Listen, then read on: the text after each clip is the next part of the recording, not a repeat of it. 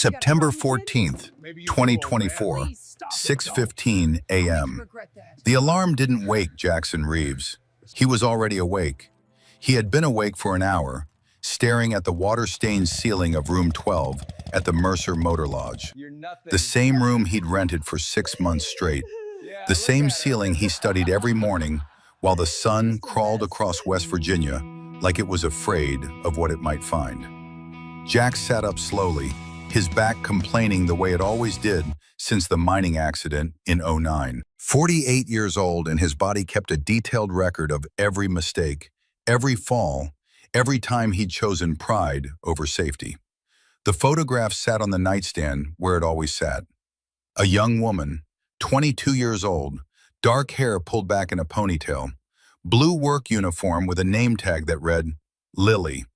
She was smiling, but if you knew her, really knew her, you could see the worry behind her eyes, the weight she carried even then. Jax picked up the photograph with hands that had held it so many times the edges were starting to soften. "Morning, Lily," he said to the empty room. 7 years, 2,555 days since he'd last heard her voice. Not that he was counting, except he was, every single one. He set the photo down gently, stood, and walked to the small bathroom. The mirror showed him what it always showed him, a face that had seen too much, a scar above his left eyebrow from a bar fight he barely remembered, gray threading through his beard, eyes that used to be warm, now cold and watchful. The Hell's Angels cut hung on the back of the door, leather worn soft from years of road and weather. The patches told a story to anyone who knew how to read them. But the most important story, the one that mattered, wasn't written anywhere visible. It was written in the lines around his eyes, in the set of his jaw, in the way he moved through the world now, always watching, always waiting for the moment when someone would need someone to stand. Because 7 years ago, when Lily needed someone to stand, he wasn't there. He wouldn't make that mistake again. 6:45 a.m. The Crossroads Diner sat at the intersection of Route 52 and County Road 9, a relic from the 1950s that had somehow survived the slow death of small-town America. Chrome and red vinyl, and a neon sign that buzzed even in daylight. The kind of place where the coffee was always hot and the past was always present. Jax pulled his Harley into the gravel parking lot, the engine's rumble fading to silence. 3 other vehicles, an old Ford pickup with a cracked windshield, a Toyota that had seen better decades, and a black BMW that didn't belong, parked crooked across 2 spaces like the world was its personal parking lot. He noted it, filed it away, kept walking. The bell above the door chimed as he entered, the same bell that had chimed every morning for 6 months. The diner smelled like burnt coffee and frying bacon, and something underneath that, something older. The scent of a place where people came not because the food was good, but because it was familiar. Table 12 waited for him in the back corner. The last table. The one where you could see everything, but nobody really saw you. Jack sat with his back to the wall, a habit from years of knowing that the world could turn on you in a heartbeat. His eyes scanned the room out of instinct, the mechanics of survival. 4 customers scattered across the booths. Old men mostly, nursing coffee and yesterday's regrets. A young couple in the corner, not talking, just existing in the same space and calling it a relationship. Everyone locked in their own private quiet. And her. Dorothy Brennan moved between the tables like water, finding its path. 62 years old, gray hair pulled back in a neat bun, wearing a brown uniform that had been washed so many times, the color had faded to something closer to memory than fabric. Jax had been watching her for 6 months. Not in a way that was wrong, in a way that was necessary. Because when you've lost someone to silence, when you've buried someone who screamed and nobody listened, you develop a sense for it. You can see it in people. The ones who've learned to make themselves small. The ones who apologize for taking up space. The ones who move through the world like they're afraid of being noticed. Dorothy Brennan moved exactly like his sister used to move. She approached his table with a pot of coffee, her smile practiced and tired. "Morning, Mr. Reeves," she said softly. Her voice carried the weight of someone who'd spent decades speaking and not being heard. "The usual?" "Yes, ma'am," Jax replied. "Thank you." She poured his coffee with steady hands, the steam rising between them like all the words neither of them would say. Then she pulled out her order pad, even though they both knew she didn't need it. She'd memorized his order the second week, but the ritual mattered, the small dignities of service. "Black coffee, scrambled eggs, wheat toast," she said, writing it down anyway. "That's right. Be right out." She turned to leave, and Jax noticed what he noticed every morning. The way her shoulders curved slightly forward. The way she held the coffee pot like it was heavier than it should be.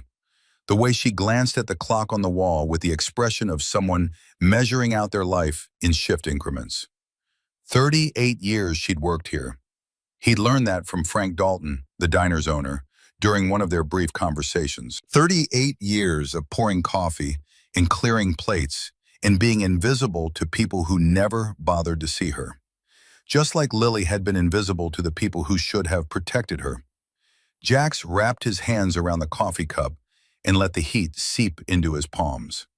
Through the window, Mercer Falls was beginning to wake up. A town that had once thrived on coal, now barely surviving on memories and stubbornness. Most of the young people had left. The ones who stayed did so because leaving required a kind of hope they'd long since lost.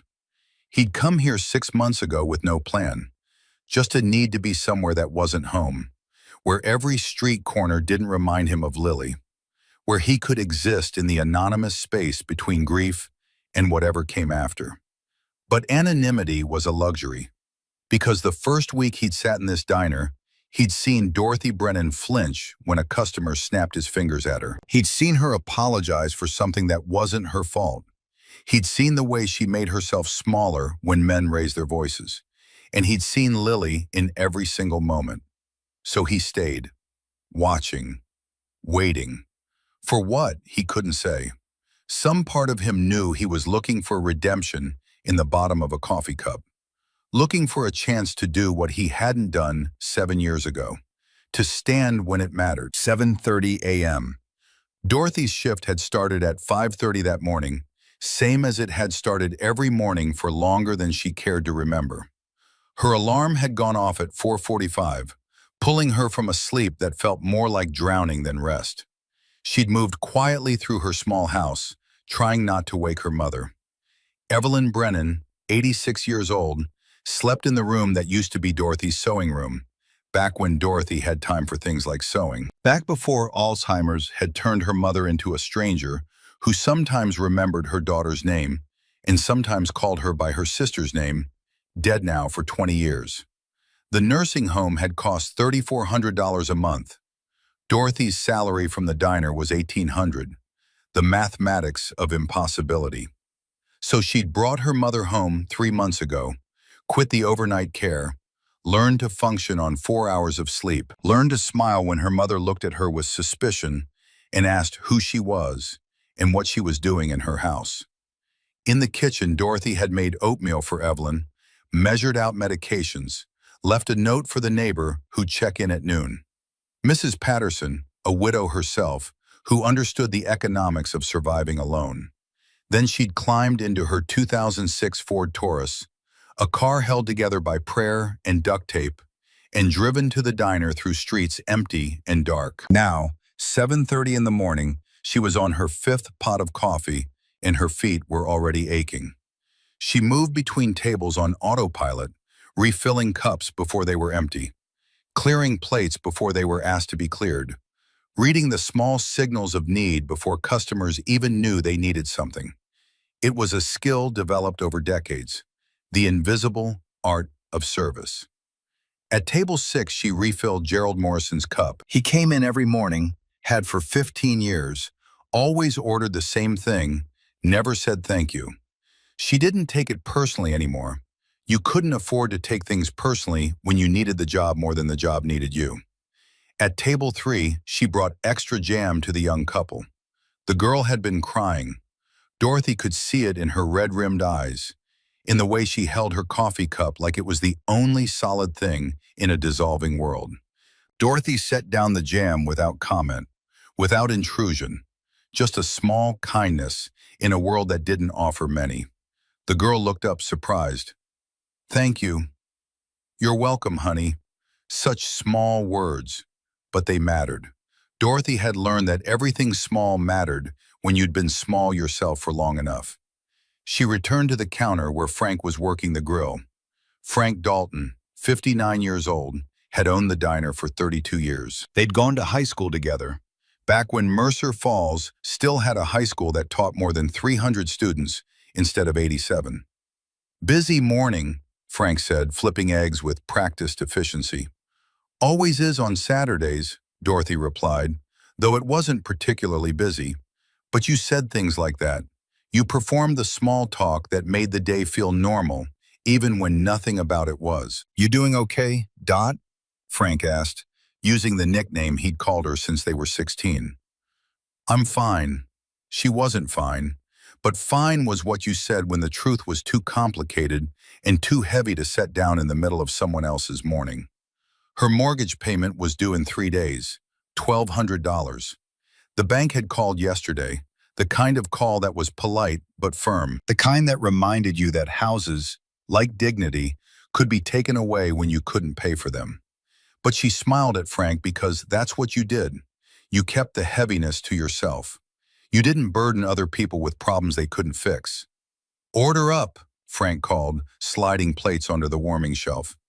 Dorothy collected them, balanced them with the skill of someone who'd been doing this since she was 24 years old, and headed toward table 12. The biker sat there like he always sat there, quiet, watchful, never causing trouble, but carrying the sense that he could if he needed to. She'd learned his name was Jackson Reeves. He always paid cash. He always tipped $25 on a $12 meal. She tried to refuse the large tips at first, but he'd looked at her with those cold, sad eyes and said, "Please, ma'am, it's not charity, it's respect." So she'd taken them, because she needed them. Because 38 years of pride didn't pay the mortgage or buy her mother's medications. She set his plate down carefully. Scrambled eggs, wheat toast, a side of bacon he never ordered but Frank always added. "Anything else I can get you?" she asked. "No, ma'am, this is perfect." "Enjoy." She turned to walk away, but his voice stopped her. "Mrs. Brennan?" She turned back. He'd never used her name before. It caught her off guard. "Yes? I just wanted to say thank you for the kindness. Every morning. It matters." Something in Dorothy's chest tightened. When was the last time someone had thanked her for existing, not just for serving? She couldn't remember. "That's very kind of you to say, Mr. Reeves." He nodded and returned to his meal, and Dorothy continued her rounds. But something had shifted. Some small acknowledgement that she was more than just the woman who poured the coffee. It was such a small thing, but in a life measured in small things, it felt enormous. 2:15 p.m. The lunch rush had come and gone. Not much of a rush these days, but enough to keep Dorothy moving, keep her mind occupied, keep the worry at bay for a few hours. She was clearing table 8 when the door chimed. 3 young men walked in, early 20s, dressed in clothes that cost more than Dorothy made in a month. The kind of casual arrogance that came with never having to worry about whether you could afford to eat the food you were ordering. The one in front was tall, handsome in a carved sort of way, dark hair styled with product that probably had a French name. He wore a watch that caught the light like a small sun on his wrist. Behind him, 2 others, one blonde, one dark-haired, both wearing the same expression of barely contained amusement, like the world was a joke they were in on and everyone else was the punchline. They chose table 7, the big booth near the window, sprawled across it like they owned it. Dorothy approached with menus, her professional smile in place. "Good afternoon, gentlemen. Can I start you off with some drinks?" The one in front looked up at her, not at her face, at her uniform, at her name tag, assessing her the way you'd assess a piece of furniture. "Yeah," he said, 3 coffees, and make sure they're hot this time. Last place we went, coffee was cold. Of course, Dorothy said. I'll have those right out. She returned to the counter, poured 3 fresh cups from a pot that had been brewed 10 minutes ago. Steam rose from the surface. She carried them to the table on a tray, set them down carefully. Here you are, nice and hot. Are you ready to order, or do you need a few minutes? The blonde one looked at the menu like it offended him. Do you have anything that's not fried? Like actual food? We have salads, Dorothy offered, and grilled chicken. Yeah, sure, whatever. Grilled chicken. No sauce, no seasoning, just plain. Same, said the dark-haired one. The one in front, the leader, waved his hand dismissively. I'm not eating this garbage, just the coffee. All right, Dorothy said, writing it down. I'll have those orders right out. She walked back to the counter, gave Frank the order. He looked past her at the 3 young men and frowned. That's Trent Ashford, Frank said quietly. Dorothy glanced back. Warren Ashford's son? Yeah, been coming in here the past few weeks. Always acts like he's doing us a favor by breathing our air. Warren Ashford owned half the town. Real estate, construction, the bank. One of the few people who'd gotten richer while Mercer Falls got poorer. His family name was on buildings, on streets, in the memory of the town like a stain that wouldn't wash out. Dorothy had never met him. People like Warren Ashford didn't notice people like Dorothy Brennan. Just be careful, Frank said. The Ashfords don't like being crossed. I'm just bringing him coffee, Frank. I know, just be careful. Dorothy nodded and returned to her work. She'd been serving difficult customers for 38 years. Young men with too much money and too little character were nothing new. You smiled, you served, you collected your tip if they left one, and you forgot them the moment they walked out the door. That was the job. She didn't know yet that today would be different. 2:30 p.m., Jax was still at table 12. He usually left after breakfast, but today he'd stayed. Ordered another coffee, then another, reading a paperback Western that he'd read 3 times before, but brought comfort in its familiarity. But he wasn't really reading. He was watching. The 3 young men at table 7 had his attention, not because they were loud, though they were, not because they were rude, though they were that too, but because of the way the one in front looked at Dorothy Brennan, like she wasn't a person, like she was an obstacle, a thing to be tolerated. Jax had seen that look before, on the faces of the managers who'd ignored Lily's complaints, on the faces of the men who'd made her life hell, and then acted surprised when she couldn't take it anymore. He set his book down and watched. Dorothy brought their food, set it down with the same careful efficiency she brought to every table. The 2 friends started eating without acknowledgement. The one in front, Trent Ashford, Frank had called him, lifted his coffee cup, took a sip, set it down with exaggerated disgust. This coffee is cold, he said loudly. Dorothy stopped mid-turn. I'm sorry, sir. I just poured it 15 minutes ago. Let me bring you a fresh cup. 15 minutes? Trent leaned back in his seat. So you're admitting you brought me old coffee? No, sir, I meant it was freshly brewed. But if you'd like a new cup, I'd like competent service. That too much to ask? The diner had gone quiet. Not the peaceful quiet of people enjoying their meals. The tense quiet of people pretending not to notice something uncomfortable happening. Dorothy's face remained calm, professional. I apologize, sir. Let me get you a fresh pot. She reached for the cup.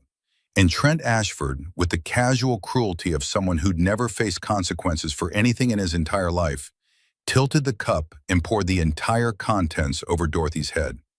Time stopped. The coffee, still hot enough to steam, cascaded over her gray hair, down her face, soaking into her uniform. Dorothy stood absolutely still, eyes closed, as the liquid dripped onto the floor around her feet. The 2 friends burst into laughter. One of them held up his phone, recording. Oh shit, dude, did you just... Oops, Trent said, grinning. My bad, guess my hand slipped. No one in the diner moved. 18 people, and not one stood up. Not one said a word. Dorothy opened her eyes slowly. Her hands trembled as she reached for the towel tucked into her apron. She began to wipe her face, her hair, moving with the mechanical efficiency of someone who'd learned long ago that protest didn't change anything.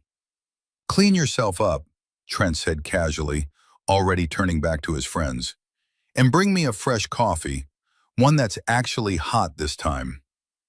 The humiliation hung in the air like smoke. And in the back of the diner, at table 12, something in Jackson Reeves broke. Not loudly, not violently, just broke. He saw Lily in that moment, saw his sister standing in her work uniform, trying to maintain her dignity while the world poured its casual cruelty over her head. Saw the way she'd learned to make herself small, to apologize, to survive. And he'd done nothing. He'd been 200 miles away, working in the mines, telling himself she was fine, that she was strong enough to handle it. She wasn't. And by the time he realized it, she was dead. 7 years, 2,555 days of carrying that weight. Not again. Not today. Jack stood up. The chair scraped against the floor, the sound cutting through the awful silence. Every eye in the diner turned toward him. 6'2", 220 pounds, wearing his Hell's Angels cut. Tattoos crawling up his arms like the story of a life lived hard. He walked forward, not fast, not slow, just certain. His boots thudded against the linoleum floor. Each step measured, each step inevitable. He reached table 7 and stopped. Trent looked up, annoyed at the interruption. "Can I help you?" Jax didn't answer immediately. He looked at Dorothy first. She was still wiping her face with a towel, still trying to preserve some shred of dignity. Her eyes met his for just a moment, and in them he saw everything he'd seen in Lily's eyes. Fear, shame, resignation. Then he looked at Trent Ashford. "This isn't your place," Jack said quietly. Trent laughed. "And who the fuck are you to decide that?" "Nobody," Jax replied, "just the man who was watching." The silence in the diner changed texture, became something heavier, more dangerous. Trent's friends stopped laughing. One of them stood up, trying to look tough, but his hands were shaking. Trent himself remained seated, but the smirk on his face had frozen into something more uncertain. "You got a problem?" Trent asked, his voice trying for confidence and landing somewhere near fear. "Yeah," Jack said, "I got a problem. You just humiliated that woman for no reason other than you thought you could." "It was an accident." "No, it wasn't." "Who the hell do you think you are?" Jax leaned down slightly, bringing his face level with Trent's. His voice dropped to something quiet and cold and absolutely certain. "You're going to apologize to the waitress." Trent's face flushed red. "I'm not apologizing to some waitress." "Yes, you are." "Or what? You gonna hit me? You gonna assault me in front of all these witnesses?" Trent's confidence was returning now, the confidence of someone who'd learned that the law protected people like him and punished people like Jax. Jax straightened up, took a breath. When he spoke again, his voice was level, calm, carrying none of the rage he felt burning in his chest. "I'm not going to touch you," Jack said. "I'm going to give you a choice. You apologize to Mrs. Brennan, or you leave, and you don't come back. This is a public place, and she's a human being. Treat her like one." Trent stood up now, trying to use his height to intimidate, but he was 3 inches shorter than Jax and 40 pounds lighter, and everyone in the room could see it. "My father owns this town," Trent said. "You know who my father is?" "Don't care." "You should. One phone call and you'll be run out of here so fast." "Make the call," Jax interrupted. "After you apologize." The standoff held for 10 seconds that felt like 10 hours. Frank had emerged from behind the counter, uncertain whether to intervene or call the police. Dorothy stood frozen, still holding the towel, coffee dripping from her hair. The other customers sat statue still, afraid to move, afraid to breathe. And Trent Ashford, for the first time in his privileged life, stood face to face with someone who wasn't afraid of him. Someone who didn't care about his father's money or his family's name. Someone who'd seen real darkness and come out the other side harder and colder and absolutely unwilling to back down. Trent blinked first. "Fuck this," he muttered. He pulled out his wallet, threw a $100 bill on the table. "Keep the change, psycho." He pushed past Jax, his two friends scrambling to follow. The blonde one still had his phone out, recording everything. At the door, Trent turned back. "You just made the biggest mistake of your life." Jax said nothing, just watched them leave. The door chimed. The BMW's engine roared to life. Gravel sprayed as they tore out of the parking lot. The diner remained silent. Jax turned to Dorothy. She was staring at him with an expression he couldn't quite read. Shock, maybe, or fear, or something else entirely. "I'm sorry if I made things worse, ma'am," Jack said quietly. "I just couldn't watch that happen." Dorothy's mouth opened, closed, opened again. No one's ever..." She couldn't finish the sentence. Jax nodded once, went back to table 12, left $50 on the table, twice what his bill had been. Walked out of the diner without another word. He climbed onto his Harley, but he didn't start it immediately. His hands were shaking. Adrenaline, maybe, or the weight of what he'd just done, or the memory of everything he hadn't done 7 years ago. Inside the diner, through the window, he could see Dorothy standing in the same spot. Frank had come over, was talking to her, offering her something. She was nodding, but not really present. Jack started his bike. The engine's rumble felt like a heartbeat, steady and sure. He didn't know what would come next. Didn't know if he just made an enemy he couldn't afford to make. Didn't know if standing up would cost him everything. But he knew one thing with absolute certainty. He'd do it again. Every single time. Because 7 years ago, Lily had stood alone, and it killed her. Today, Dorothy Brennan hadn't stood alone, and that was worth whatever came next. 6:30 p.m. Dorothy sat in her car in the diner parking lot. Her shift had ended at 6. It was now 6:30, and she still hadn't left. Her hands rested on the steering wheel, no longer shaking, but not quite steady either. The coffee smell had seeped into her hair, her clothes, her skin. She changed into her spare uniform, washed her face in the diner bathroom, tried to scrub away the humiliation. But some stains went deeper than fabric. Frank had wanted her to go home early, told her to take the rest of the day, but she'd refused.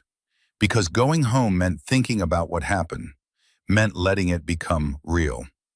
So she'd finished her shift, served tables, poured coffee, smiled at customers, performed the ritual of normalcy. But now, sitting alone in her car, the reality of it settled over her like a weight. She'd been humiliated in front of nearly 20 people, had coffee poured on her head like she was nothing, like she was less than nothing. And no one had done anything except him, the biker, Jackson Reeves, a stranger who'd sat quietly in her diner for 6 months and then stood up when no one else would. Dorothy's eyes burned with tears she wouldn't let fall. Because something had changed today. She just wasn't sure what yet. 11 p.m. Jax sat in his motel room, staring at Lily's photograph. "I stood up today," he said to the picture, "like I should have stood up for you." The photograph didn't answer. It never did. But talking to it had become a ritual, a way of keeping her close, a way of remembering that her death meant something. His phone sat on the nightstand, silent. He half expected it to ring. Expected the police to call, tell him Warren Ashford had pressed charges. Expected trouble. But there was nothing, just the quiet hum of the motel air conditioner and the distant sound of traffic on Route 52. Jax lay back on the bed, hands behind his head, and stared at the ceiling. He thought about Dorothy Brennan standing there with coffee dripping from her hair. Thought about the look in her eyes, not anger, not even surprise, just resignation. The look of someone who'd learned to expect cruelty and had stopped being shocked by it. He thought about Lily, about the factory where she'd worked, about the supervisor who'd made her life hell, and the HR department that had told her to be less sensitive, about the way she'd come home quieter each week until she barely spoke at all, about the note she'd left, 3 sentences that haunted him still. I screamed, nobody heard, or nobody cared. Jax closed his eyes, but sleep wouldn't come, because he knew something the rest of Mercer Falls didn't know yet. This wasn't over. Men like Trent Ashford didn't accept humiliation. Families like the Ashfords didn't let challenges go unanswered. The storm was coming. Jax had just lit the match, and when it hit, he'd be standing in the center of it. Not because he wanted to be a hero, not because he thought he could fix everything, but because 7 years ago, he'd failed to stand when it mattered most. He wouldn't fail again. Not Dorothy Brennan. Not this time. The photograph of Lily stared at him from the nightstand, frozen in a moment before everything went wrong. "I'm sorry I wasn't there," Jax whispered to the empty room, "but I'm here now." And in the quiet of room 12 at the Mercer Motor Lodge, a man who'd spent 7 years running from his failure finally stopped running. The reckoning had begun. September 17th, 2024, 8 a.m. Dorothy woke to the sound of her mother screaming. She bolted upright, heart hammering, already moving before her mind fully registered consciousness. Her feet hit the cold floor and she ran down the hallway to her mother's room. Evelyn Brennan sat upright in bed, eyes wide with terror, pointing at the window. "There's a man out there. Dorothy, there's a man watching us." Dorothy crossed to the window and looked out. Empty street. Morning light filtering through the trees. No man. No threat. Just another ghost from her mother's fragmenting mind. "Mom, it's okay. There's no one there. You're safe." "Don't lie to me. I saw him. He was right there." Dorothy sat on the edge of the bed and took her mother's trembling hands. This was the routine now, multiple times a day sometimes.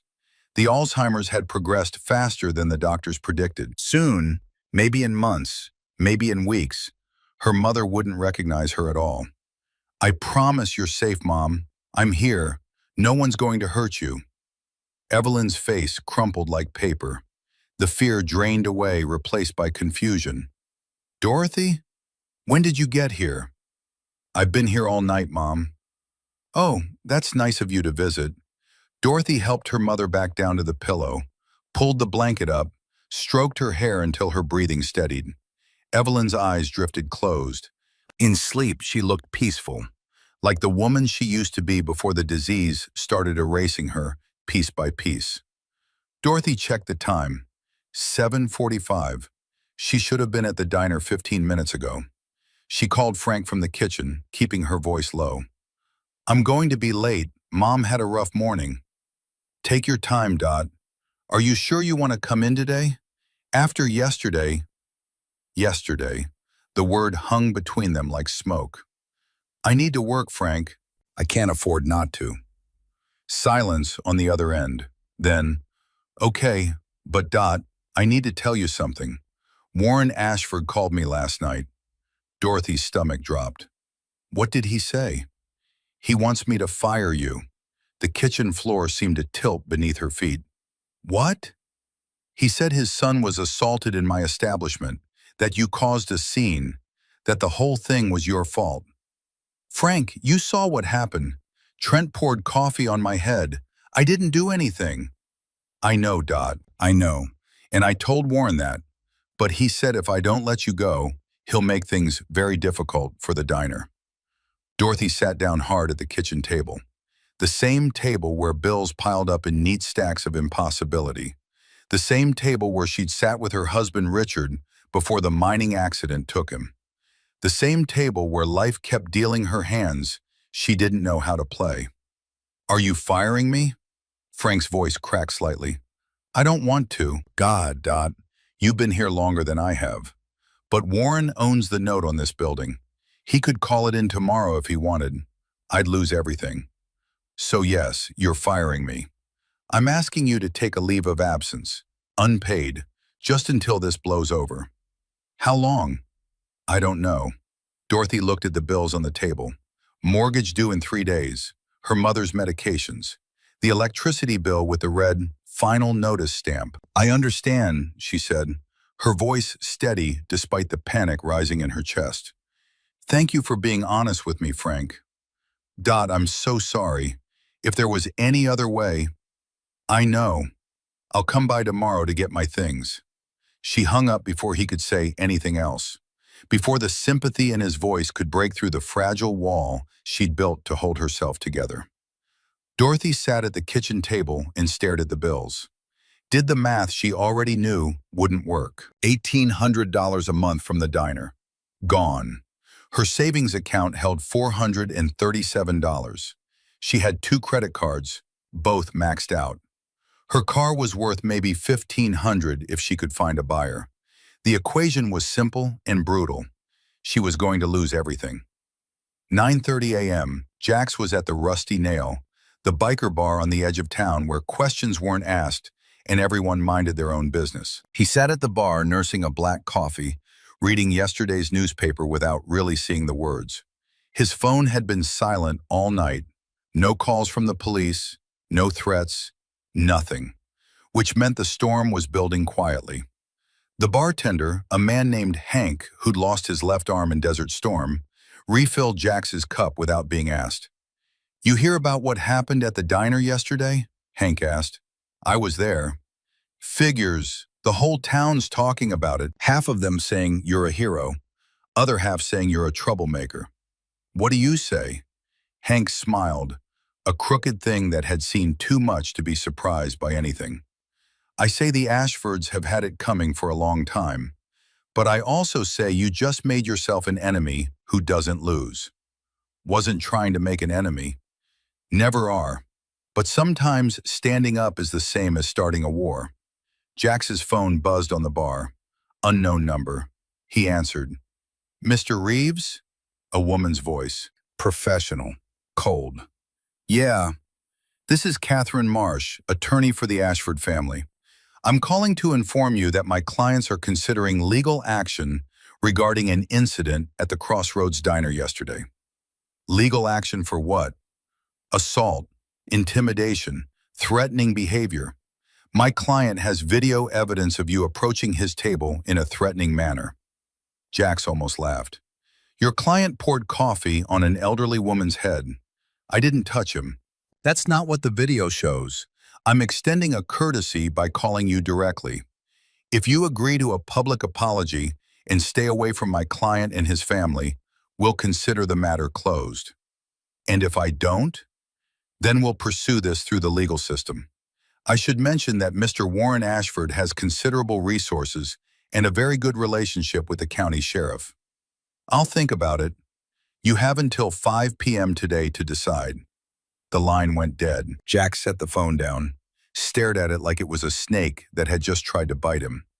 Trouble? Hank asked. They want me to apologize and disappear. You gonna do it? Jax thought about Lily, about the factory that had paid her $10,000 to go away quietly, about how she'd taken the money because she needed it, then used it to pay for her own funeral. No, Jax said, I'm not. 11 a.m. The video appeared on Facebook at exactly 11 a.m. It was posted to a page called Mercer Falls Community Events, and within minutes it had been shared 30 times. By noon, 300. By 1 p.m., it had spread beyond Mercer Falls to the regional pages, the state pages, the algorithm picking it up and pushing it out into the world. The video showed Jack standing up from his table, walking toward Trent. The audio was clear enough to hear Jack say, "This isn't your place," and Trent's response. But the video had been edited. It started after the coffee incident. It showed only Jax's confrontation, making it look unprovoked. The caption read, "Local business owner assaulted by violent biker at family diner. This is what happens when criminals think they own our town." The comments section filled up fast. Someone needs to lock this thug up. Typical biker trash. They come to our towns and think they can intimidate hardworking people. I know this guy. He's dangerous. My cousin saw him beat up 2 guys at a bar last year. This was a lie. Jax hadn't been in a fight in 7 years. But there were other comments too. This video is edited. I was there. The Ashford kid poured hot coffee on an old lady first.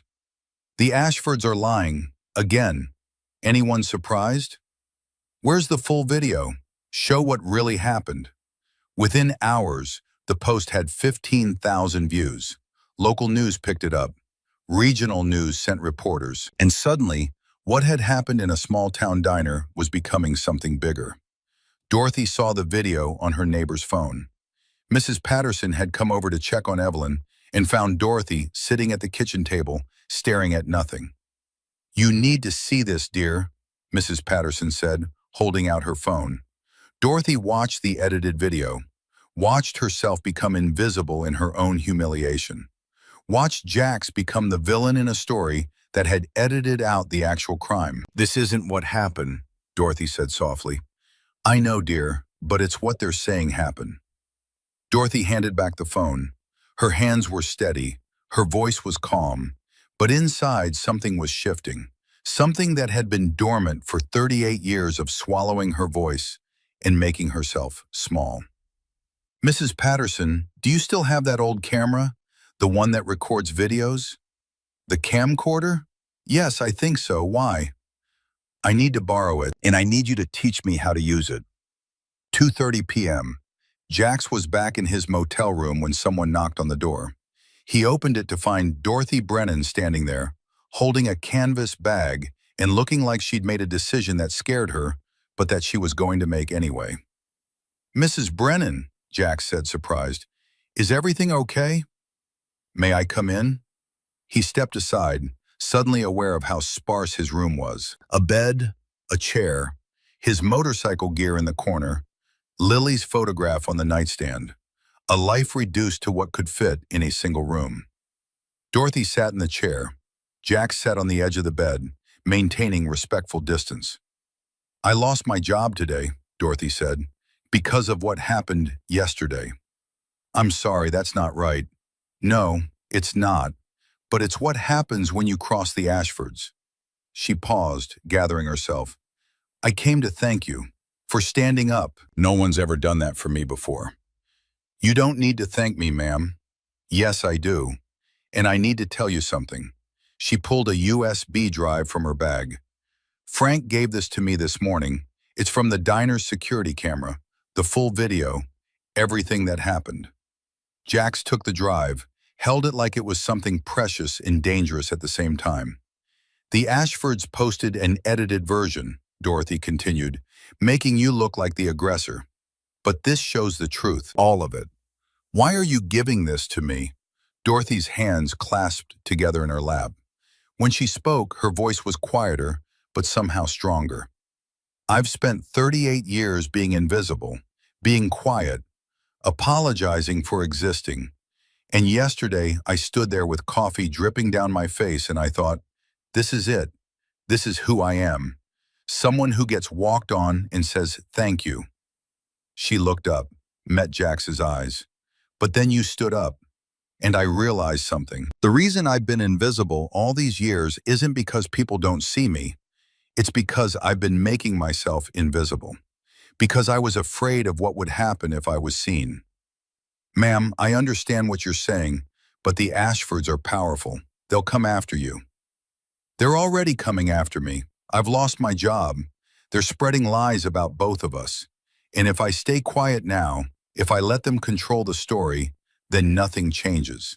I'll still be invisible, and the next person they humiliate will be invisible too." She stood up, straightened her shoulders. "I want to post the real video. I want people to see what actually happened. But I can't do it alone. I need someone to stand with me if they come after me." Jax looked at this woman who'd spent decades being quiet and was now choosing to be loud. He saw Lily in her, but he also saw something Lily never got the chance to become. Someone who found her voice before it was too late. "I'll stand with you," Jax said, "however long it takes." Dorothy nodded once. "Then let's show them the truth." September 17th, 8 p.m. They posted the video from Jax's laptop, sitting side by side at the small desk in his motel room. The full security camera footage. 3 minutes and 42 seconds. Trent complaining about the coffee. Dorothy apologizing. Trent deliberately pouring the hot liquid over her head, while his friends laughed and recorded. Dorothy standing there, humiliated, alone. Then Jax standing, walking over. The conversation. Trent leaving. The whole truth, unedited. Dorothy wrote the caption with shaking hands. This is what really happened. My name is Dorothy Brennan. I've worked at the Crossroads Diner for 38 years. Yesterday I was humiliated by someone who thought he could treat me like I was nothing. Someone did stand up for me. His name is Jackson Reeves. The edited video you've seen makes him look like the aggressor. This is the truth. Truth matters. Jax hit post. For a moment, nothing happened. The video sat there in the digital void, waiting. Then the first share, then another, then 10, then 50. Within an hour, the video had 5,000 views.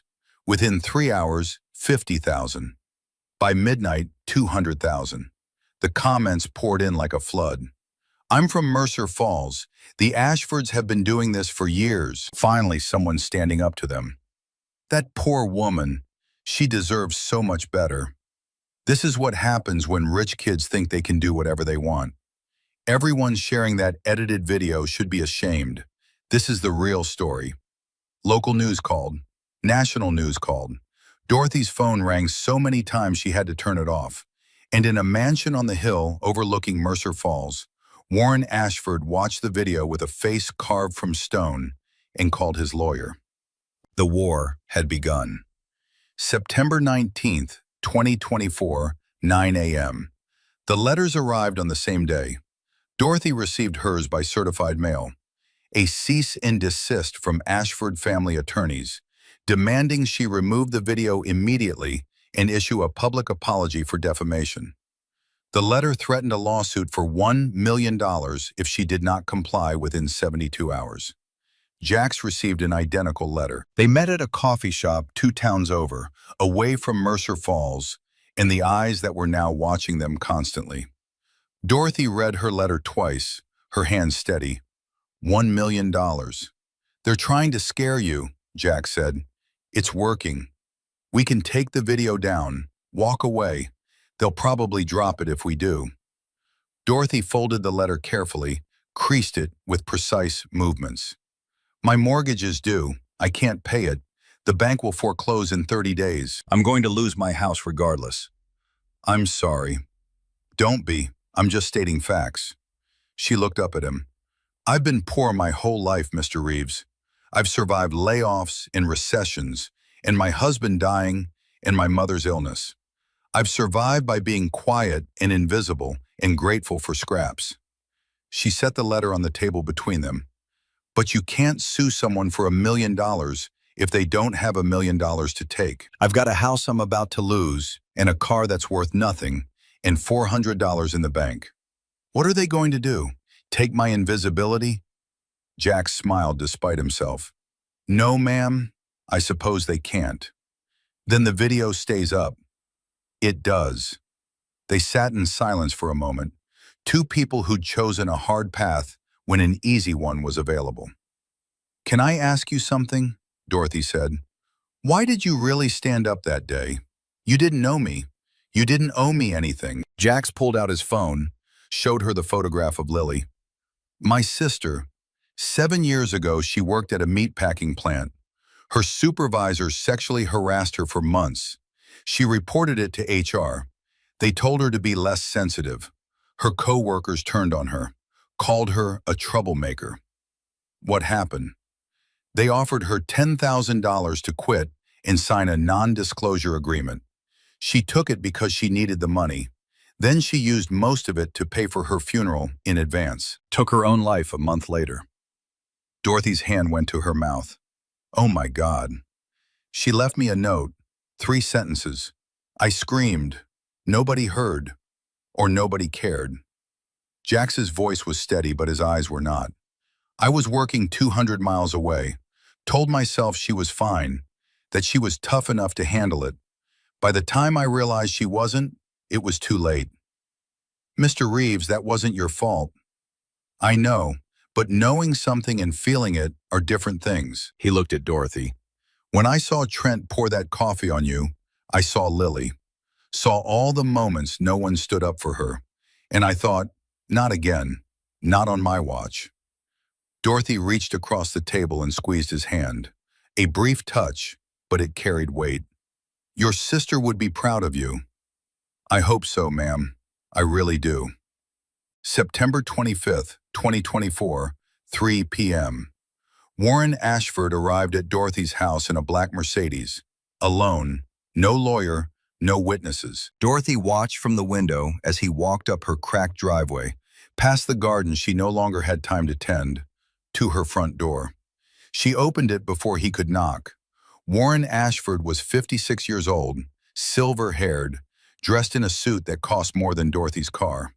He had the kind of face that had been handsome once, but had hardened into something else through years of getting what he wanted. Mrs. Brennan, may I come in? No. I'd like to speak with you privately. Anything you have to say, you can say from there. Warren smiled, but it didn't reach his eyes. Very well, I'm here to make you an offer. $60,000, cash, today. Dorothy's heart jumped despite herself. $60,000, almost 2 years of salary, 18 months of her mother's care. In exchange for? You remove the video, you sign a non-disclosure agreement, and you issue a public statement saying the incident was a misunderstanding and that you hold no ill will toward my son. That's a lie. It's a solution. To your problem, not mine. Warren's smile faded. Mrs. Brennan, I'm trying to be reasonable. That video has been viewed over 1 million times. It's damaging my son's reputation. It's affecting my business. I'm offering you more money than you've probably saved in your entire life. And if I say no, then I'll sue you for defamation. $1 million. You'll lose. You'll declare bankruptcy. You'll lose your house, your car, everything. Your mother will end up in a state facility. Is that what you want? Dorothy felt the weight of it, the threat that was also a promise. She thought about her mother, about Evelyn's moments of clarity that were coming less and less often, about the pills that kept her mother comfortable, about the house that held every memory of her marriage, her life. I need time to think about it. You have 72 hours, that's all. Warren turned to leave, then paused. One more thing. That biker you've allied yourself with, Jackson Reeves, he has a record. Assault, battery. He's dangerous. You should be careful who you trust. Mr. Ashford? He turned back. Your son poured hot coffee on my head in front of 20 people and thought it was funny. I know exactly who I should be careful of trusting. Warren's face went cold. He walked back to his Mercedes without another word, drove away, leaving tire marks on her driveway like a scar. Dorothy closed the door, leaned against it, and allowed herself exactly 1 minute to shake. Then she called Jax. They offered me money, she said when he answered. How much? 60,000. Jax was quiet for a moment. That's a lot of money. It is. I won't judge you if you take it, Mrs. Brennan. I mean that. I know you won't, but I'll judge myself. She looked around her small living room, at the life she'd built from nothing and maintained through sheer stubbornness. Can you come over? There's someone I want you to meet. 7 p.m. Jax arrived at Dorothy's house as the sun was setting, painting Mercer Falls in shades of amber and shadow. Dorothy led him into the living room, where an elderly woman sat in a recliner, a blanket over her lap, staring at a television that wasn't on. Mom, Dorothy said gently, there's someone here I want you to meet. Evelyn Brennan turned her head slowly. Her eyes were clouded, distant, but something flickered there when she saw Jax. Is this your young man, Dorothy? Dorothy smiled. No, Mom, this is a friend. His name is Jackson. You look like you've seen some trouble, Jackson, Evelyn said, and for a moment her voice was clear, present, the woman she used to be before Alzheimer's started taking her away. Yes, ma'am, Jax said, sitting carefully in the chair across from her. I've seen my share. My daughter's seen trouble too. Lost her husband. Lost her dreams. But she's still standing, you know why? No, ma'am. Evelyn reached out with a trembling hand and touched Dorothy's face. Because she's stronger than she knows. Always has been. I just wish I'd told her that more when I could remember to say it. Dorothy's eyes filled with tears, but she didn't let them fall. Evelyn's clarity faded as quickly as it came. Her eyes went distant again. Is Richard coming home for dinner? Soon, Mom, Dorothy said softly, even though Richard had been dead for 12 years. She led Jax into the kitchen, leaving her mother to her television ghosts. She has moments, Dorothy said, where she's fully there. They're getting rarer. She loves you. I know. That's why this is hard. Dorothy sat at the kitchen table, gestured for Jax to join her. Warren Ashford said if I don't take his money and sign his papers, he'll sue me. I'll lose everything. Mom will end up in a state facility. That's probably true. So the smart thing is to take the money, protect her, protect myself. Yes. Dorothy was quiet for a long moment. Then she stood, went to a drawer, pulled out an old newspaper clipping. She handed it to Jax. The article was from 21 years ago. Local teacher honored for service. A photograph showed a younger Dorothy receiving an award, smiling, surrounded by children. I used to be a teacher, Dorothy said. 4th grade, 22 years. I loved it. Made $32,000 a year, barely enough to survive, but I loved those kids. What happened? Budget cuts. They had to let the newer teachers go first, but I was on the list eventually. Lost my job the same year Richard died in the mine accident. No severance, no pension, nothing. She took the clipping back, looked at it like it was a photograph of someone else. I took the job at the diner because I needed work, and it was all I could find. Told myself it would be temporary. That was 38 years ago. She set the clipping down.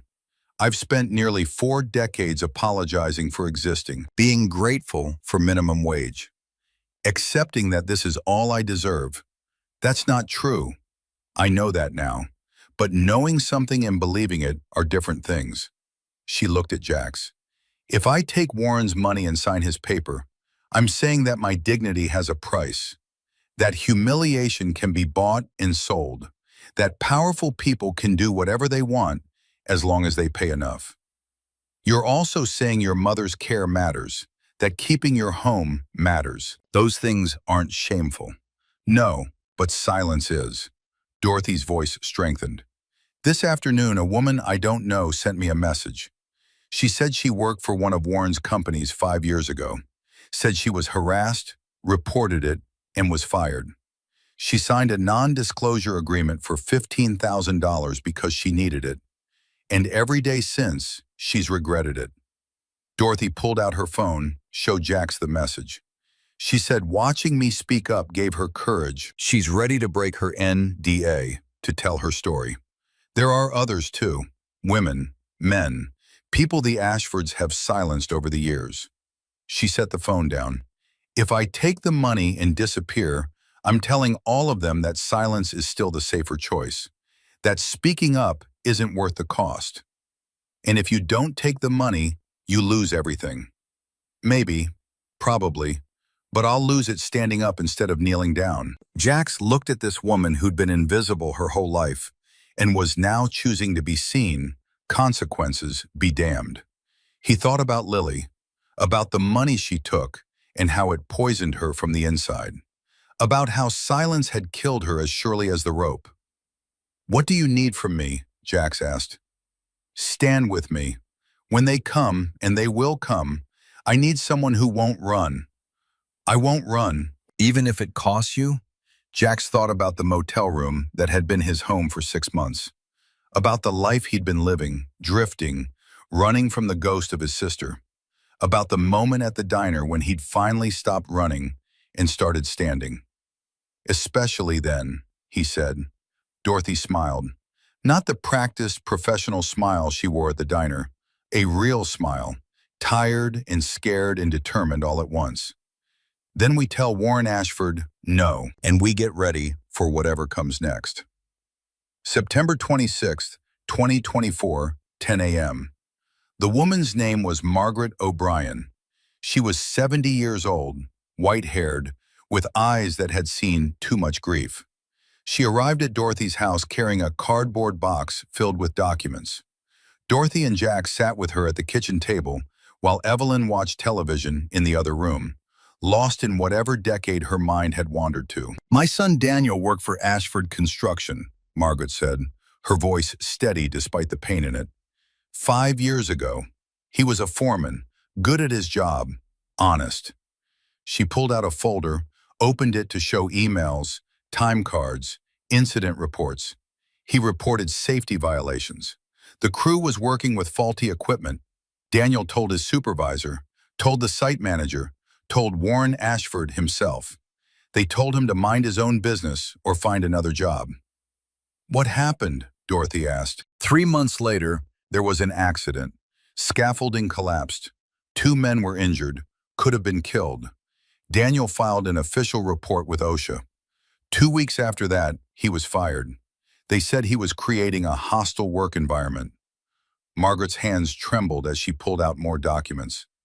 Daniel fought it, tried to sue for wrongful termination. The Ashfords buried him in legal fees, tied the case up for 2 years. Daniel ran out of money, lost his house. His wife left him. He started drinking. She pulled out a death certificate. 4 years ago, Daniel drove his truck into a tree at 70 miles an hour. The police called it an accident, but I found the note he left. It wasn't an accident. Jax and Dorothy sat in the weight of it. Another life, another person silenced. "Why didn't you speak up before?" Dorothy asked gently. "Because I was afraid.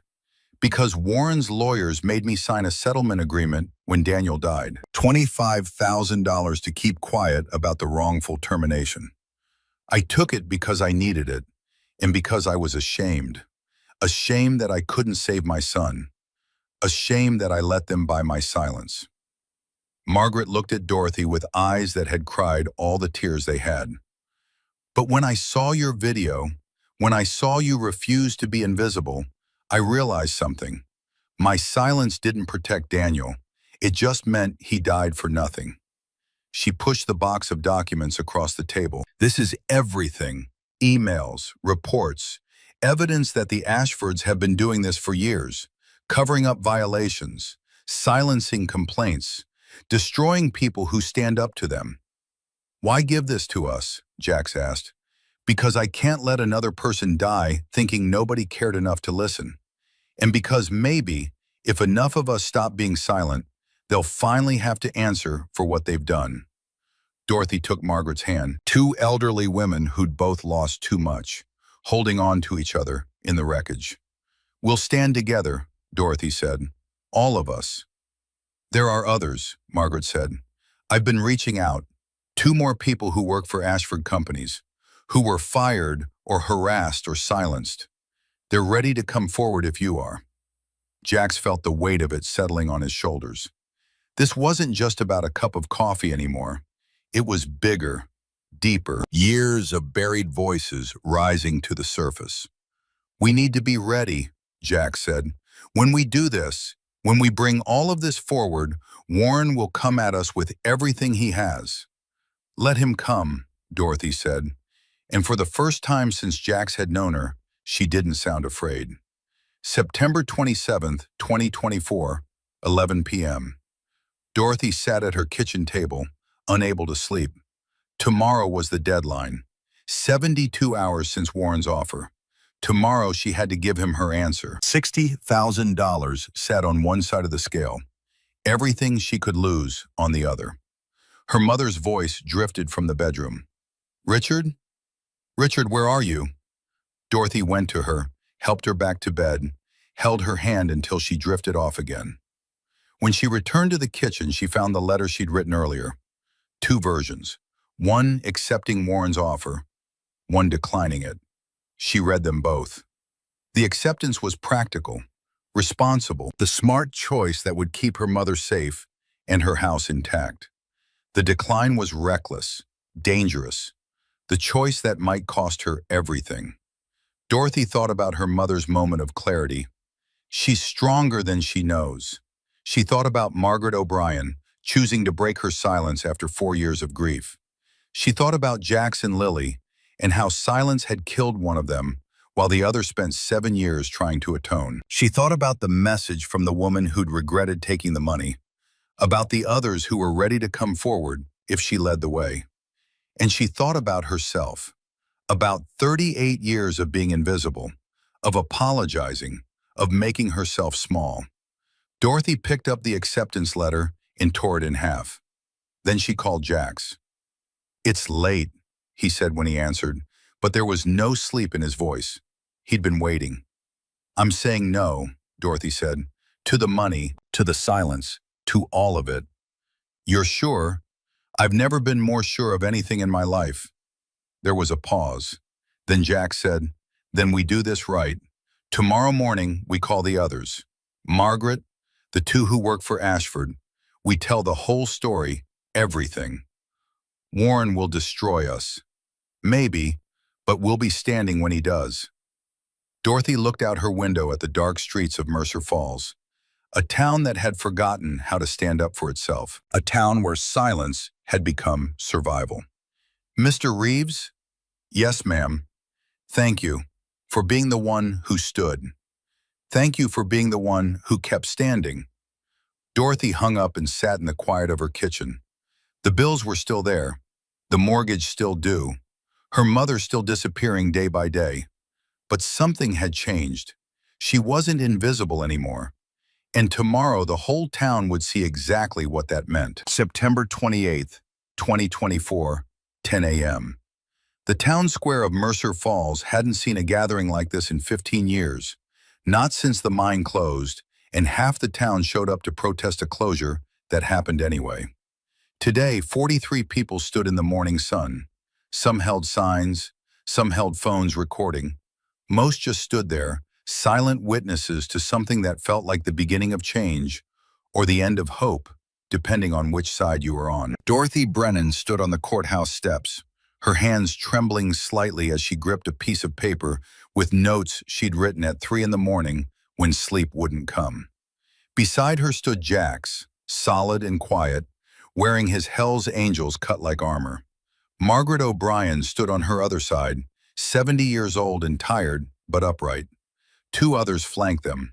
James Hartley, 42, fired from Ashford Enterprises 3 years ago for reporting wage theft, and Lisa Monroe, 38, who'd been sexually harassed by a manager at an Ashford property and paid $15,000 to disappear.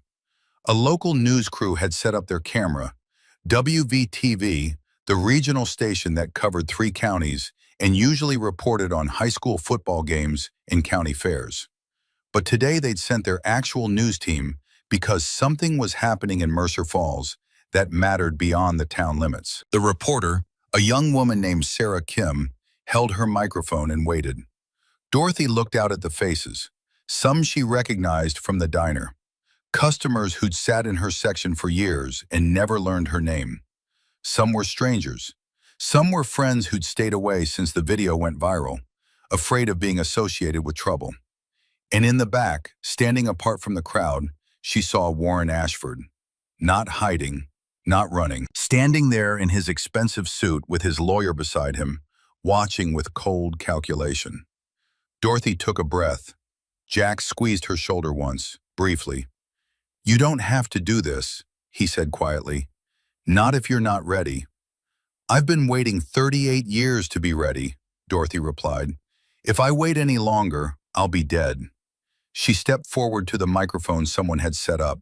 The feedback squealed briefly, then settled. "My name is Dorothy Brennan," she said, and her voice shook, but it carried. "I've lived in Mercer Falls my whole life, 62 years. I've worked at the Crossroads Diner for 38 of those years.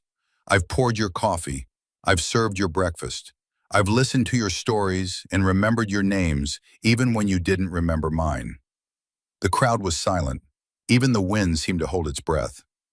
"A week ago, I was humiliated. Someone poured hot coffee on my head because he thought he could. Because people like him have always been able to do things like that to people like me. And I stood there and took it because that's what I've always done. That's what we've all done. She glanced at Margaret, at James, at Lisa. But someone stood up for me. Jackson Reeves, a man I barely knew. And when he did that, something broke open inside me. I realized I'd spent my whole life being invisible, not because I had to be, but because I chose to be. Because being invisible felt safer than being seen. Her voice grew stronger. The Ashford family offered me $60,000 to take down the video, to sign a paper saying I'd never speak about what happened, to go back to being invisible. Warren Ashford's face remained impassive, but his lawyer whispered something in his ear. I said no, because I'm done being invisible, and I'm not alone. Margaret stepped forward. Her voice was quieter than Dorothy's, worn by grief, but it didn't break. My son Daniel worked for Ashford Construction. He reported safety violations. They fired him. He fought back. They buried him in legal fees. 4 years ago, my son drove his truck into a tree and died. He left a note. He said he couldn't live with being silenced. The crowd shifted. Someone in the back gasped. James Hartley spoke next. I worked for Ashford Enterprises. They shorted my paycheck every week, $30 here, $50 there. When I reported it, they called me a liar and fired me. They paid me $8,000 to go away. Lisa Monroe's voice shook, but held. I was assaulted by my manager. I reported it. They told me I was being dramatic. They offered me $15,000 and a non-disclosure agreement. I took it because I was scared.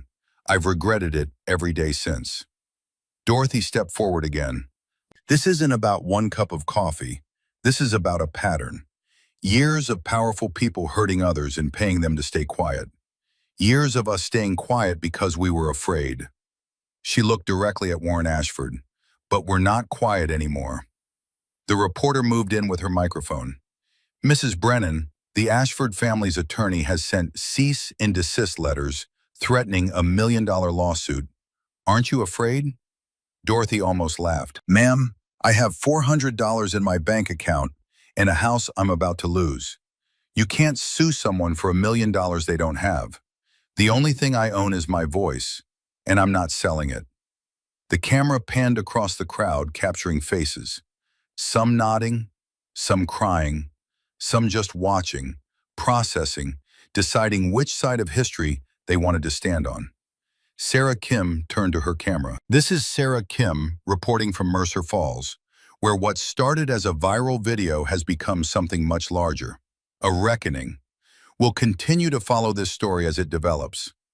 The crowd began to disperse slowly, people approaching Dorothy and the others, some to offer support, some just to shake their hands. Warren Ashford walked toward them, his lawyer trying to hold him back. This isn't over, Warren said, his voice low and hard. No, Jax replied, stepping between him and Dorothy. It's not. It's just beginning. Warren stared at Jax for a long moment. Then he turned and walked back to his Mercedes, leaving the town square without another word. But everyone there knew what was coming. October 6th, 2024, 9 a.m. The lawsuit arrived exactly when Warren promised it would. Ashford Family Trust versus Dorothy Brennan, Jackson Reeves, Margaret O'Brien, James Hartley, and Lisa Monroe. $1 million in damages for defamation, emotional distress, and conspiracy to harm the Ashford family's business interests. Dorothy read the papers at her kitchen table while her mother slept fitfully in the next room. The legal language was dense and threatening, designed to intimidate. It was working. Her phone rang. A number she didn't recognize. She almost didn't answer, but something made her pick up. Mrs. Brennan, my name is Rebecca Walsh. I'm an attorney with the Civil Rights Defense Fund. I saw your press conference. I'd like to help. Dorothy's throat tightened. I can't afford a lawyer. You don't need to. We work pro bono for cases like this, cases that matter. Why would you want to help us? Rebecca's voice was warm but firm. Because I spent 15 years as a prosecutor watching powerful people use the law as a weapon against the powerless. I got tired of it. Now I fight back. We're going to lose, aren't we? They have unlimited money. We have nothing. You have the truth. That's not nothing. And you have something else. You have people paying attention. This story has been picked up by national news. The court of public opinion is already on your side. That doesn't win lawsuits. No, but it changes them. It makes them harder to bury, and it makes settlement more attractive to the other side than litigation. Dorothy felt a small spark of something that might have been hope. What do? We prove everything you said is true. We show the pattern. We make them sorry they ever filed this suit. When do we start? Right now. October 15th, 2024. 2 p.m., Rebecca Walsh arrived in Mercer Falls with 2 associates and enough determination to fill the small conference room at the public library where they'd set up their war room. For 9 days they worked, building the case, gathering evidence, interviewing witnesses. Margaret provided Daniel's documents, emails proving he'd reported safety violations, OSHA reports showing the violations were real, records of his wrongful termination lawsuit that had been buried in procedural delays. James brought pay stubs showing systematic wage theft, bank records proving the pattern, text messages from other employees experiencing the same thing. Lisa had saved everything, emails from her harasser, HR reports she'd filed, the settlement agreement with its non-disclosure clause. And Rebecca found others, 6 more people who'd worked for Ashford companies over the past decade, all with similar stories, all who'd been paid to disappear, all willing now to break their silence. The pattern was undeniable. Jack spent his days tracking down witnesses. His Hell's Angels network spread across 3 states proved useful. A former Ashford employee who'd moved to Pennsylvania, another in Ohio, people who'd scattered when they were forced out, now willing to come back and testify. Dorothy spent her days caring for her mother and her nights reviewing documents with Rebecca, learning legal terms, understanding strategy, becoming more than a victim, becoming a fighter. On October 15th, Rebecca filed their response to the lawsuit, not just a defense, a countersuit. Pattern and practice of harassment, wrongful termination, workplace safety violations, conspiracy to silence victims. The response was 43 pages long and included sworn affidavits from 11 people. When the Mercer Falls Gazette published the story, Warren Ashford's lawyer called Rebecca directly. "You're making a mistake," Martin Cross said. "No," Rebecca replied. "Your client made the mistake when he filed this suit. We were going to stay quiet. Now we're going loud. We'll bury you in discovery, drag this out for years." "Good. That gives us more time to find more victims. We've already found 11. How many more do you think are out there, Mr. Cross?" The line went silent for a moment. "My client is willing to discuss settlement. Tell your client we'll see him in court." Rebecca hung up and looked at Dorothy, who'd been listening to the call on speaker. "They're scared," Rebecca said. "Good," Dorothy replied. "They should be." October 28th, 2024, 10 a.m. The Mercer County Courthouse was built in 1923, a testament to a time when coal money flowed and justice was supposed to mean something. Today it was packed beyond capacity, people standing in the hallways, reporters lined up outside. Dorothy sat at the plaintiff's table between Rebecca and Jack's. Her hands were folded in her lap, steady now. She'd spent the night before with her mother, who'd had one of her rare, clear moments. "Are you afraid?" Evelyn had asked. "Terrified," Dorothy admitted. "Good. Fear means you're doing something that matters." Now, sitting in the courtroom, Dorothy held onto those words like a lifeline. The defense table was crowded. Warren Ashford, Trent Ashford, 3 lawyers in expensive suits, and assistants with briefcases that probably cost more than Dorothy's car. Judge Patricia Morrison entered, 68 years old, she'd been on the bench for 22 years and had a reputation for not suffering fools or bullies. "This is Ashford Family Trust versus Brennan et al., Judge Morrison said. "I've reviewed the complaint and the response. Mr. Cross, you may present your opening statement." Martin Cross stood, polished, confident, the kind of lawyer who'd never lost because he represented clients who could afford to win. "Your Honor, this case is simple. The defendants engaged in a coordinated campaign to defame my clients using edited videos and false statements. They have damaged the Ashford family's reputation and business interests. We're seeking damages and an injunction preventing further defamatory statements." He spoke for 20 minutes, painting Dorothy and the others as opportunists seeking money and attention. Then Rebecca stood. She was shorter than Cross. Her suit was off the rack instead of bespoke. But when she spoke, the courtroom leaned in.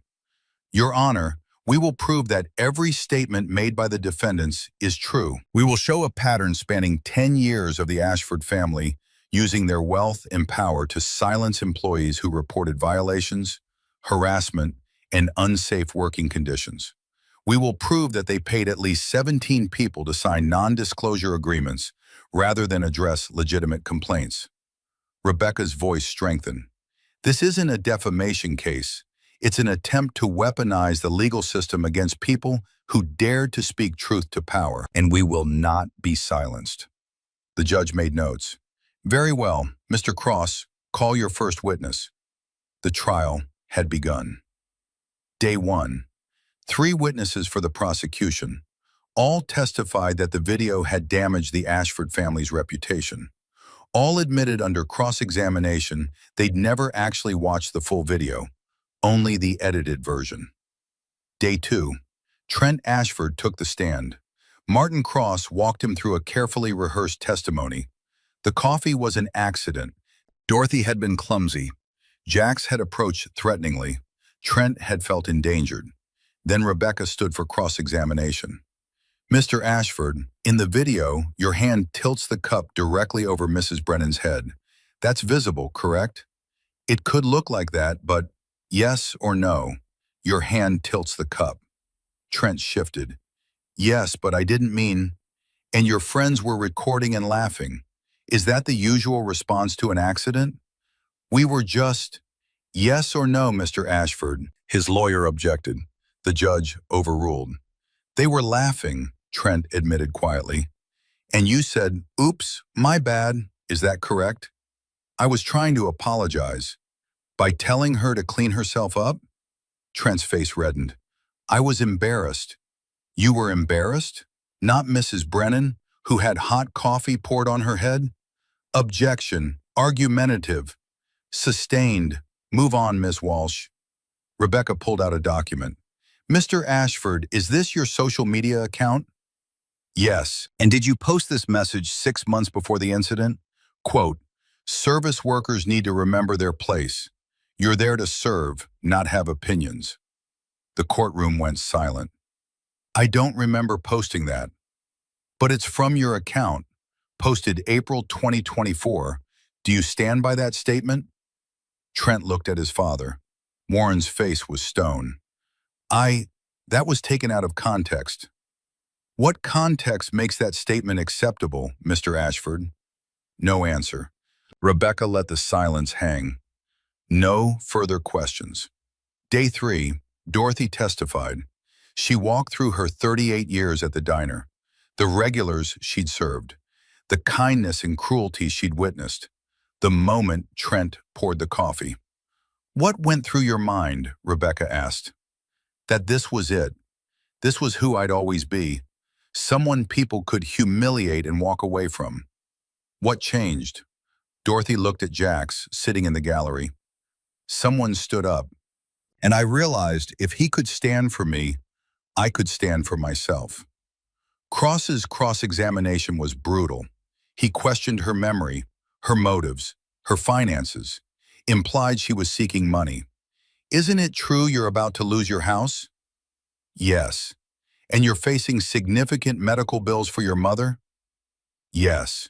"So you have financial motivation to pursue this case?" Dorothy met his eyes. Mr. Cross, I could have taken $60,000 and made my problems go away. I said no, because some things matter more than money. Like what?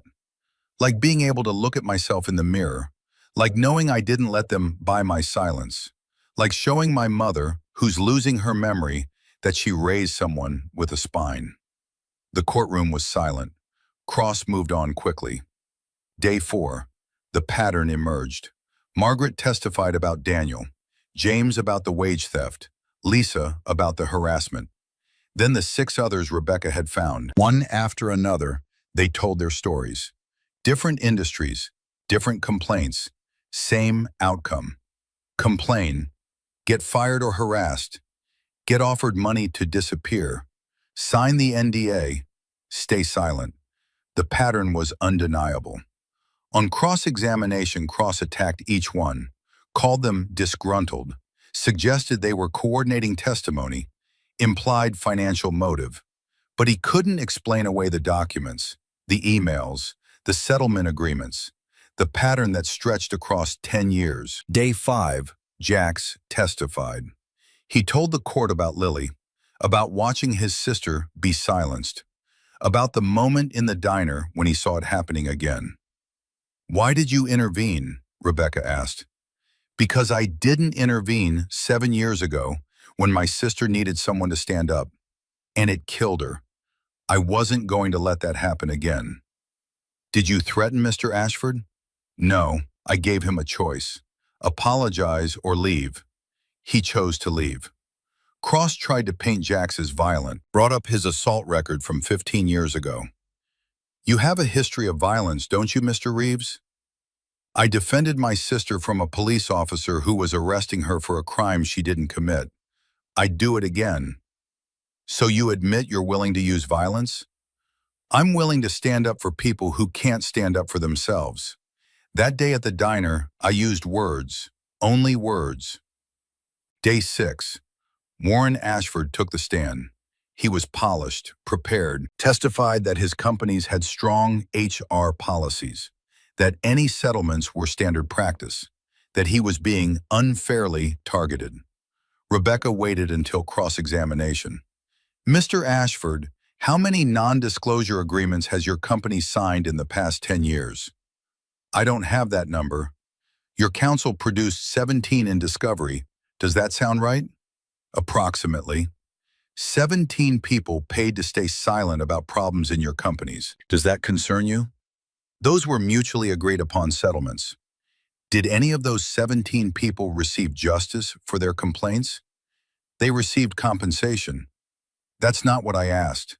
Did anyone who reported harassment, safety violations, or wage theft see those problems actually addressed? Warren's jaw tightened. We take all complaints seriously.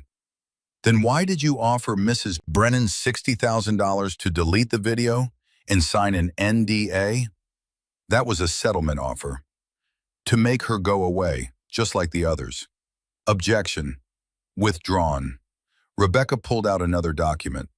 Mr. Ashford, is this an email from you to your attorney dated September 16th, 2 days after the incident? I'd need to review. It says, quote, we need to shut this down fast. Offer her whatever it takes to make her disappear. We've done it before. We'll do it again. Did you write that? The courtroom erupted. Judge Morrison gavelled for silence. Warren's face went pale. That email was privileged. It was sent to your attorney as part of a plan to commit witness tampering, which removes privilege. Did you write it? Warren looked at his lawyers, at his son, at the packed courtroom watching his empire crack. Yes, he said quietly. Rebecca let the moment breathe. No further questions. Day 7, closing arguments. Cross spoke first, painted the defendants as manipulators, called the pattern coincidence, insisted his client's reputations had been damaged. Then Rebecca stood. Your Honor, members of the court, this case isn't complicated. Powerful people did harm. Victims spoke up. And instead of addressing the harm, the powerful people tried to silence the victims again. Not with money this time, with lawsuits. She gestured to Dorothy. Mrs. Brennan worked for 38 years in quiet service, asked for nothing, caused no trouble, until someone poured coffee on her head and thought it was funny. And when she found her voice, when she finally said, "No more," they tried to take even that away from her. Rebecca's voice rose. But here's what the Ashfords didn't count on. When one person finds their voice, others find theirs too. And when enough voices join together, they become impossible to silence. She turned to the judge. We ask the court to dismiss the Ashford family's claims and to find in favor of the defendants on all counts of our counterclaim. Not for money, but for the simple recognition that truth is not defamation, that speaking up is not a crime, that dignity matters more than wealth. The courtroom was silent. Judge Morrison took 2 days to deliberate. November 5th, 2024, 10 a.m. The courtroom was even more packed than before. National news crews, state reporters, every seat filled. Dorothy sat with her hands folded, Jax beside her, Rebecca on her other side. She'd spent the waiting days in a strange calm. Whatever came next, she'd told the truth. That had to count for something. Judge Morrison entered. Everyone stood. Please be seated. I've reviewed all testimony and evidence presented. This case required careful consideration because it touches on fundamental questions about power, accountability, and the right to speak. The judge looked directly at the Ashford table. The plaintiffs claim defamation, but defamation requires false statements. Everything the defendant said has been proven true. Mr. Ashford did pour coffee on Mrs. Brennan. The Ashford family companies did engage in a pattern of silencing complaints with non-disclosure agreements. These are facts, not opinions. Warren's face remained impassive, but his hands gripped the table edge. Furthermore, the email Mr. Ashford sent to his attorney demonstrates an intent to silence Mrs. Brennan through financial pressure, following a pattern established over many years. Judge Morrison shifted her attention to Dorothy. Mrs. Brennan, you stood up when it would have been easier and more profitable to stay silent. That took courage. This court recognizes that courage. The judge's voice strengthened. The Ashford family's defamation claims are dismissed with prejudice. The defendant's counterclaims regarding wrongful termination and pattern of harassment are sustained. I'm ordering the Ashford Family Trust to pay legal fees and costs for the defense, totaling $68,000. The courtroom erupted. The judge gavelled for order. Additionally, I'm recommending that the West Virginia Department of Labor conduct a comprehensive investigation into employment practices at all Ashford-owned businesses. And I'm ordering all non-disclosure agreements signed with former Ashford employees to be voided, allowing those individuals to speak freely about their experiences. Warren stood abruptly. His lawyers tried to hold him back, but he walked out of the courtroom, his son following. Judge Morrison gavelled one final time. This court is adjourned. Dorothy sat in the noise and chaos of celebration around her, feeling strangely quiet. Jax pulled her into a brief hug. Rebecca was already talking to reporters. Margaret was crying, but Dorothy just sat there, processing what had happened. She'd won. Not money, not revenge, but something more important, her voice back. November 12th, 2024, 4 p.m.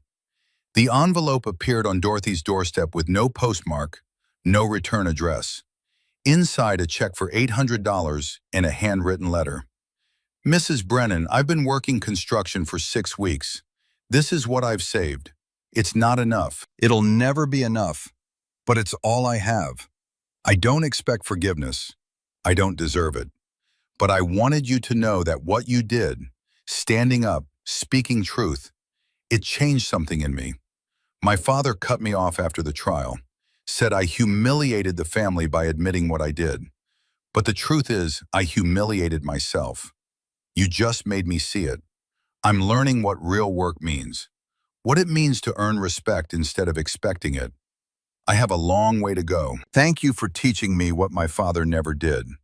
that people matter more than power, that dignity isn't for sale.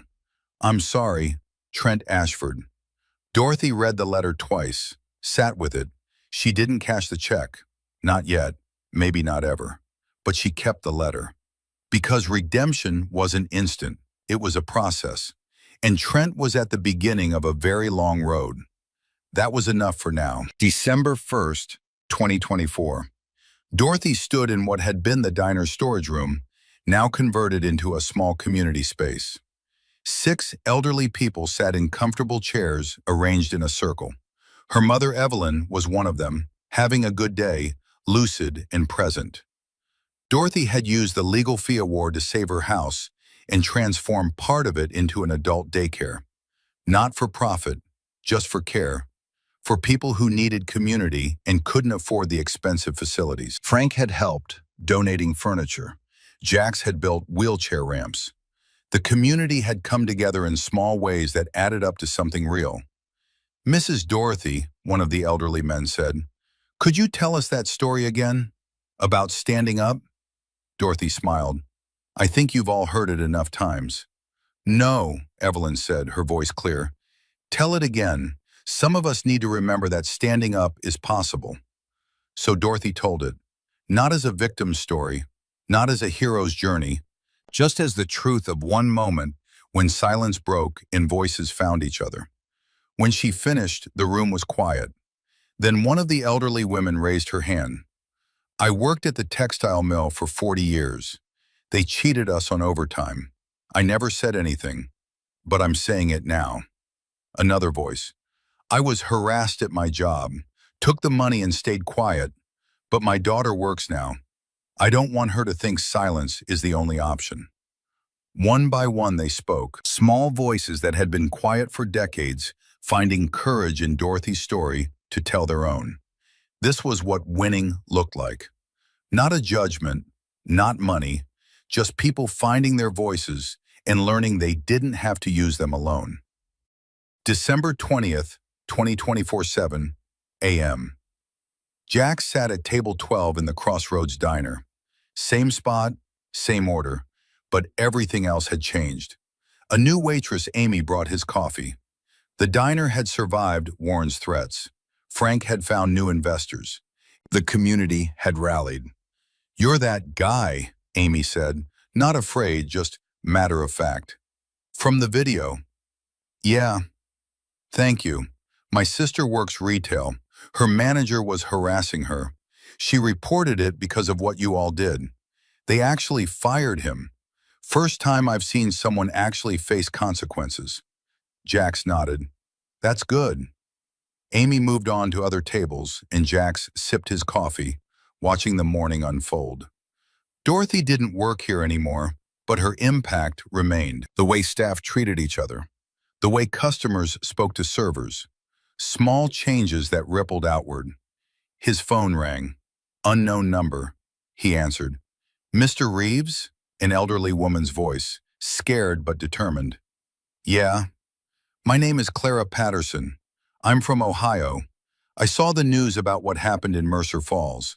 I have a similar situation. My boss, I don't know what to do." Jax looked at table 12, the last table, where he'd sat for 6 months watching before he finally stood. "Where are you, Clara?" "Columbus, about 3 hours from you." "Stay where you are. I'll make some calls. You're not alone." He hung up and immediately dialed Rebecca Walsh, then Dorothy, then Margaret, the network they'd built, the voices they'd connected. One case in Mercer Falls had become something bigger. People were reaching out, finding courage in the story, learning that silence could be broken. Jack stood, left money on the table, and walked out into the cold December morning. 7 years ago, Lily had died thinking nobody cared. Now, somewhere in Ohio, Clara Patterson was learning she wasn't alone. The reckoning had started in a small-town diner over a cup of coffee, but it wasn't ending there. It was spreading, growing, becoming something bigger than any of them. Jax climbed onto his Harley. The engine rumbled to life, steady and sure as a heartbeat. He thought about Lily, about the photograph on his nightstand, About 7 years of carrying her ghost. I stood up, Lily, he said to the cold air, and I'll keep standing. The road stretched ahead of him. Ohio first, then wherever the next voice called from. Because some fights don't end, they just find new battlefields. And Jax had finally found his purpose in the wreckage of his grief. To be the one who stands, who listens, who reminds people that their voices matter. He pulled out of the parking lot and rode toward whatever came next. Behind him, Mercer Falls woke to another ordinary day. But ordinary had changed. People smiled at their waitresses now, learned their names, treated them like humans instead of furniture. Small changes, but revolutions start small. In the town square, someone had placed a plaque on the courthouse steps where Dorothy had spoken.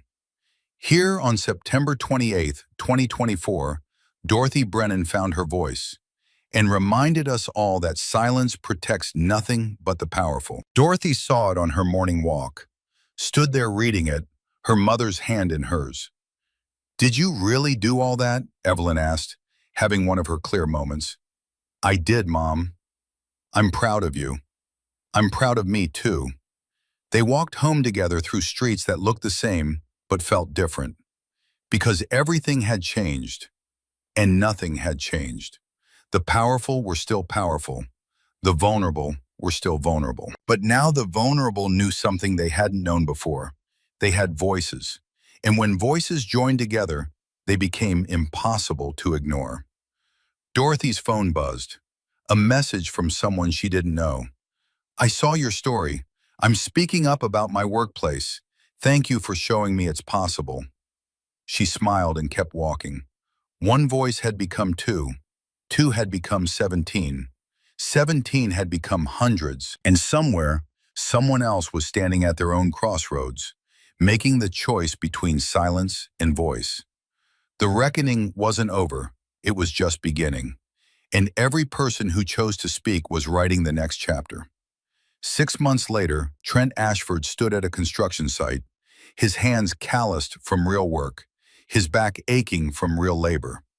He wasn't forgiven, wasn't redeemed, but he was learning what it meant to earn a paycheck, to be treated like everyone else, to understand that dignity wasn't given by wealth, but built through respect.